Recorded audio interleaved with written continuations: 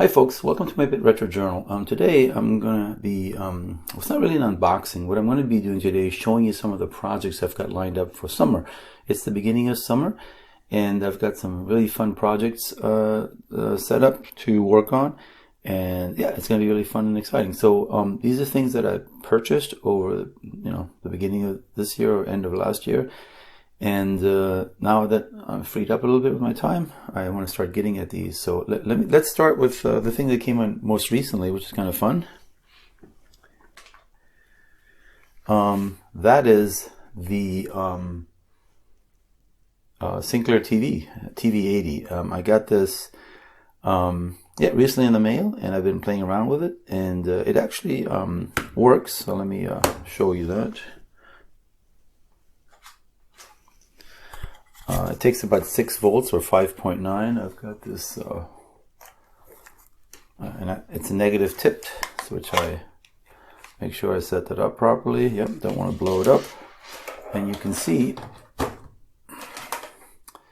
that I can, if I plug this in to the TV, the antenna doesn't really matter, but let's see if I can't turn this on.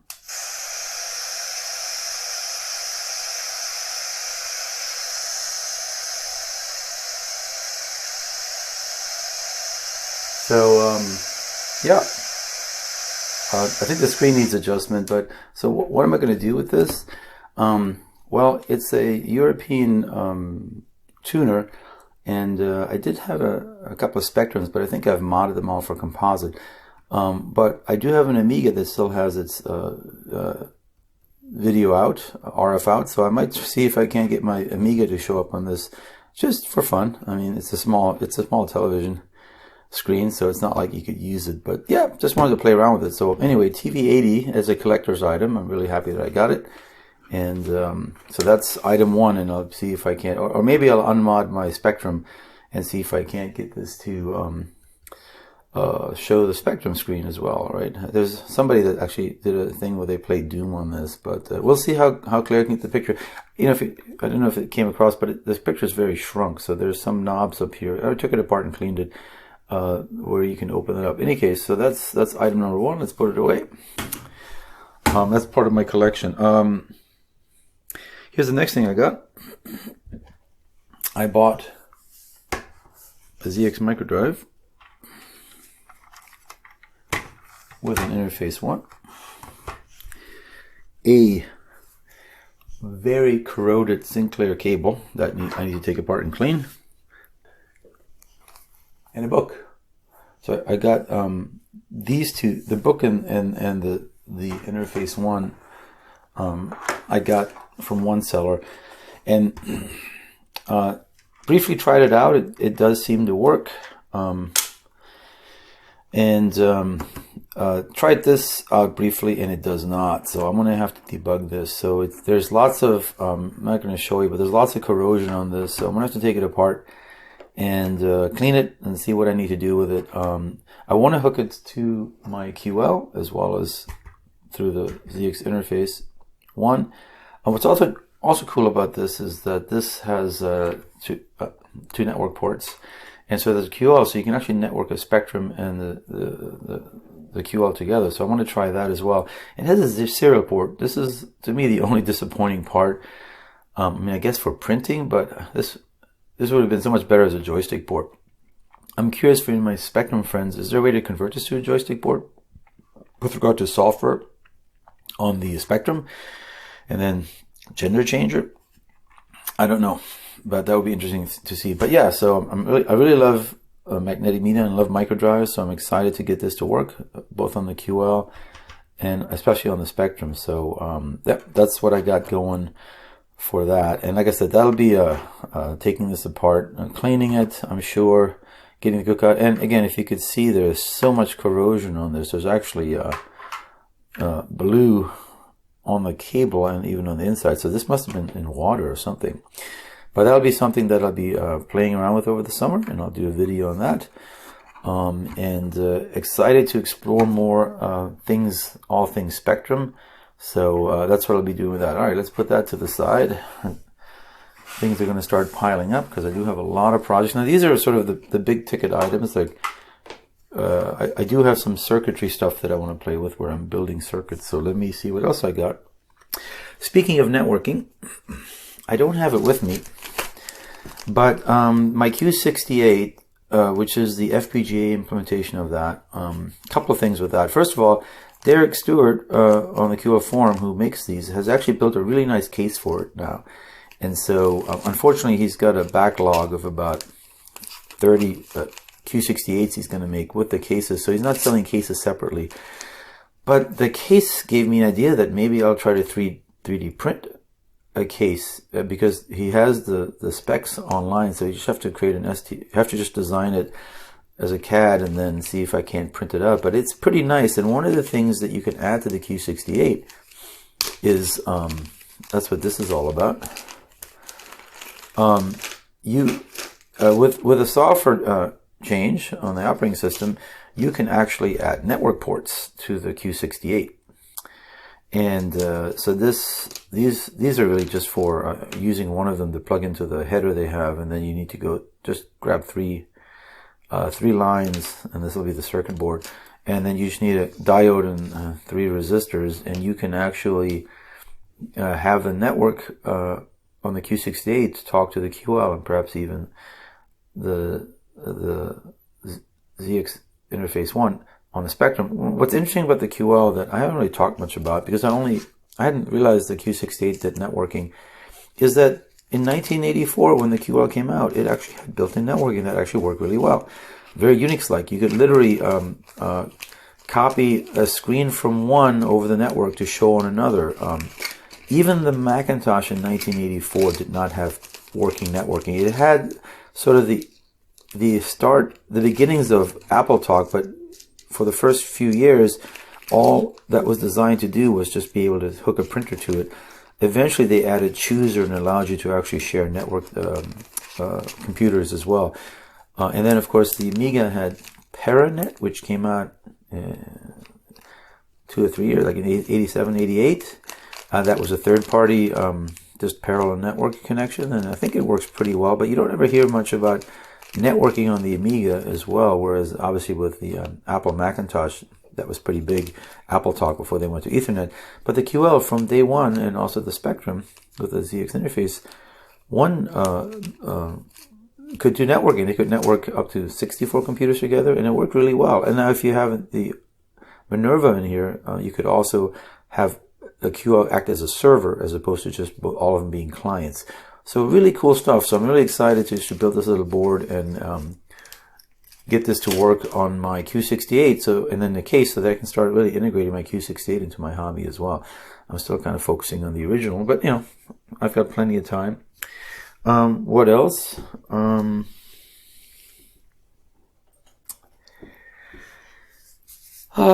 don't know. This has been my biggest failure. I don't even have the. I think I'm going to order a new CPU, even though the one I have in here works. But I have not been able to debug this. You know, I did a video last time to get some help, and I don't really know what's up with this.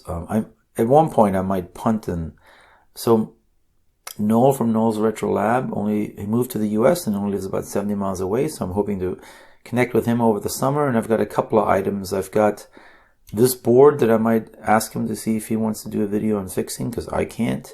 And then I might donate to him. I have I bought a spare Z88, and I don't have it with me at the moment.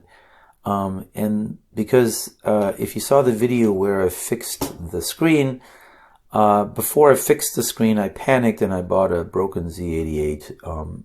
Then I was able to fix the screen, and the broken Z88 came with a good screen. So I actually ended up swapping the screens out because that's how I am. I wanted to have the screen that I fixed, if you saw, it still had a little bit of faintness on a couple of rows, just lines, and that you couldn't really see unless you played with the contrast.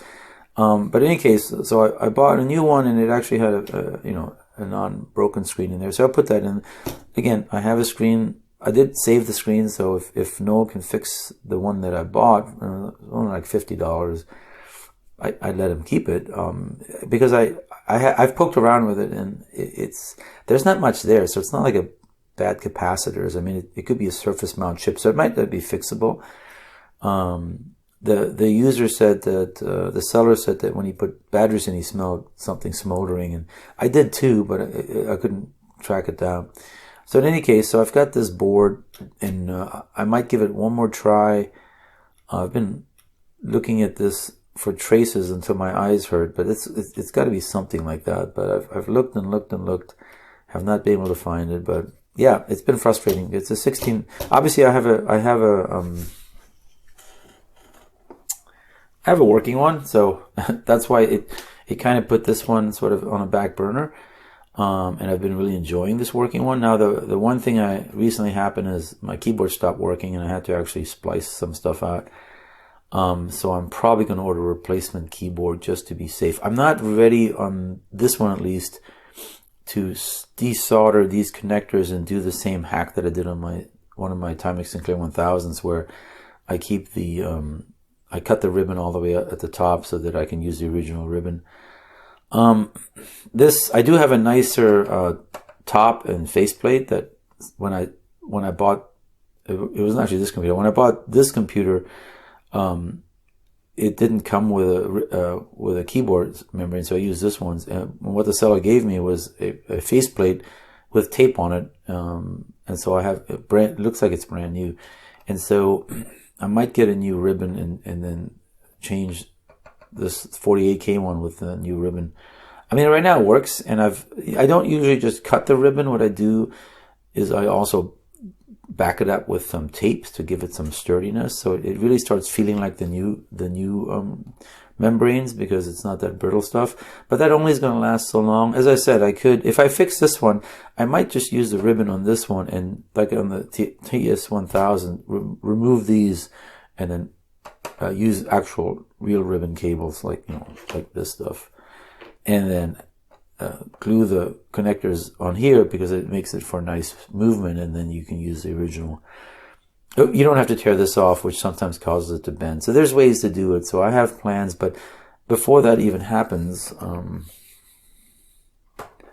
I need to get this to work. And I just, it's only a 16K model, but still, it's been frustrating. So this one, I guess I could undo the composite mod, which is right here, and try to hook it to the TV80. Yeah, we'll see. So I've got plenty of stuff to play with, but it's so frustrating that I can't get this to work. All right, I'm going to put this back down. Okay, what else do I have? So I have back to the original Timex Sinclair 1000. And I feel like my viewers might be upset at this. But what my plan is for this is threefold, and I have two of the three parts. This is a 16K chip, so I want to do the internal 16K chip upgrade. Again, this is the, if you don't remember, this is the one that I modded with the actual ribbon, which some folks were upset about. But again, this is my Tinker one, so must get over it. I have this one that I don't take apart, and this has still the original ribbon in it. And it's funny how people are, they're like, you desoldered those connectors, you should have just bought a replacement ribbon. Well, yeah, but then you take the cover off, and then you actually take the original faceplate off, so isn't that kind of ruining it? In any case, so this is gonna go somewhere, I think, in here. And you have to cut some traces. And okay, that's kind of an undoable fix. But here's the other thing. I have this. I've already kind of took the connector off. This only has 4 wires, but it has 1, 2, 3, 4, 5, 6, 7, 8. And what I want to do is map these to ASDF QWER. So ASDW would be my up-down control, and then fire would be the A button, and then these 3 would be the other ones. And I would actually permanently connect it to it by drilling a hole. There's actually an article in one of the Timex Sinclair magazines, and for those that are like, oh my god, he's going to drill a big hole. Well, I'm being sensible. I bought this. This is like a earphone cable. It's really tiny, and I could even. I don't think I want to do this, but I could probably squeeze it in here. I don't know though if I so I could have it come out at the bottom. So that's an option so that I don't drill a hole in it. I'd have to, yep. So I think this will fit through. So I could have it come out of the left side, and then just, it'll take a kink bent, but it's a small cable, right? So even if I drilled a hole in the case, it would be very tiny and unseeable. So I might have it come out here.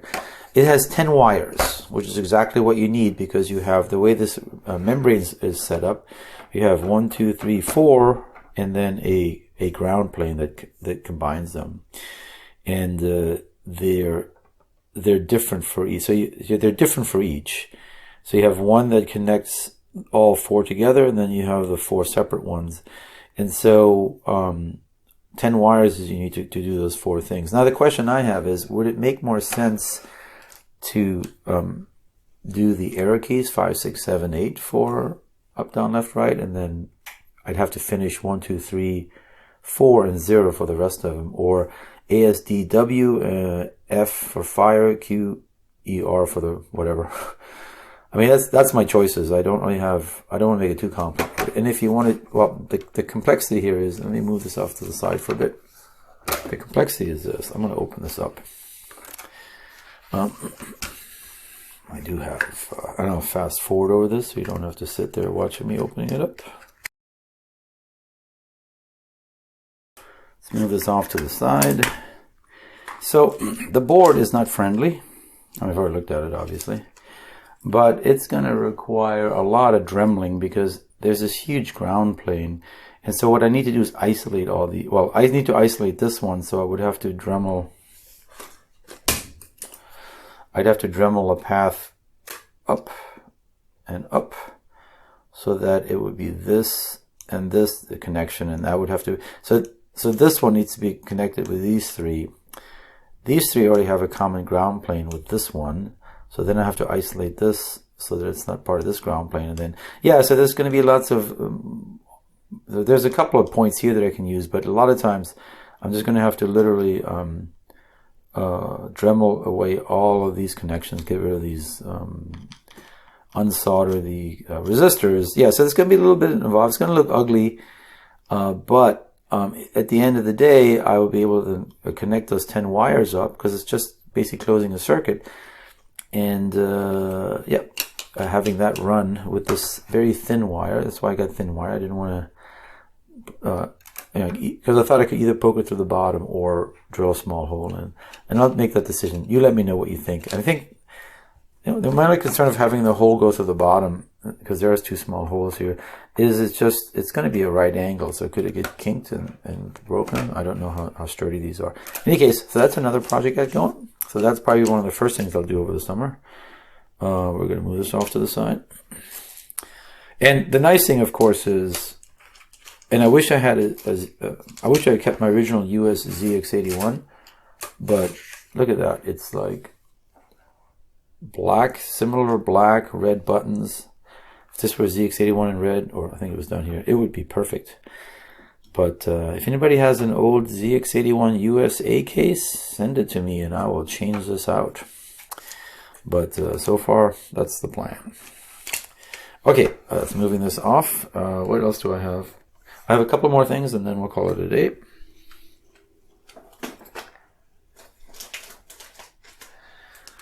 I couldn't find the other part. I actually, so this is a VGA cable.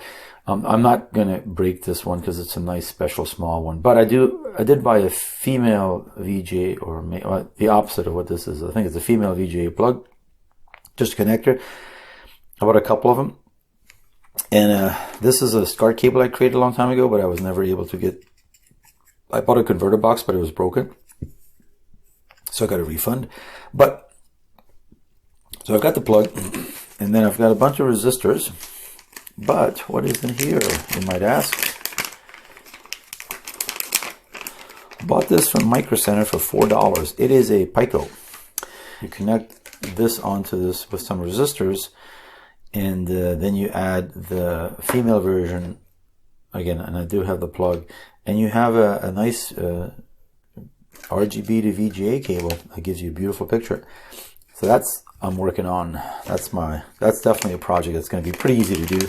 Again, I'm really good with surface mount, with through-hole mount stuff. It's the surface mount stuff that I sometimes worry about. So that's what I'll be working on with regard to, I don't know what was in there. With regard to the QL, and then I have one more project, and this one will be fun. It won't be Sinclair related, as most of mine have been.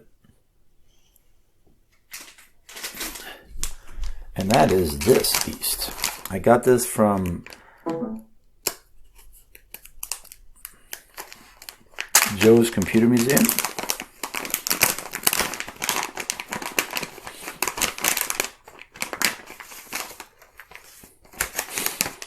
And what this is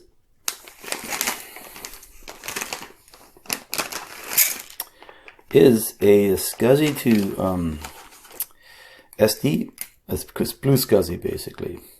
And remember when I ordered the kit, I'm like, it was only $15. I'm like, I don't know if I want to order the kit, because what Joe, who's an awesome YouTuber, did not make clear in his kit is that he had already soldered on the SD card and the surface mount capacitors, because I was dreading having to do those, especially this one, because I saw a video where he was doing that, and I'm like, oh, that's going to be really hard.